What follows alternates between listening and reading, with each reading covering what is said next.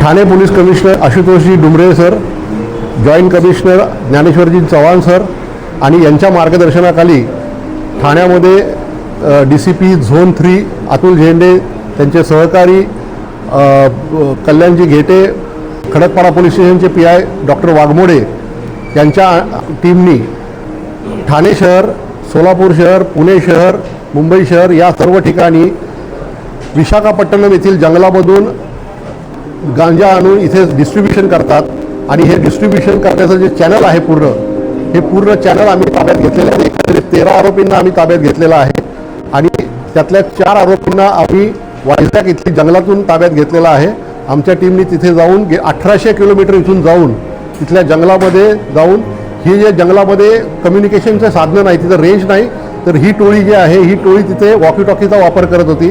कोणी त्यांच्यावरती हल्ला केला तर त्यांना डिफेंड करण्यासाठी त्यांच्याकडे पिस्टल आहेत, त्याच्यात कारतूस आहेत, गाड्या आहेत.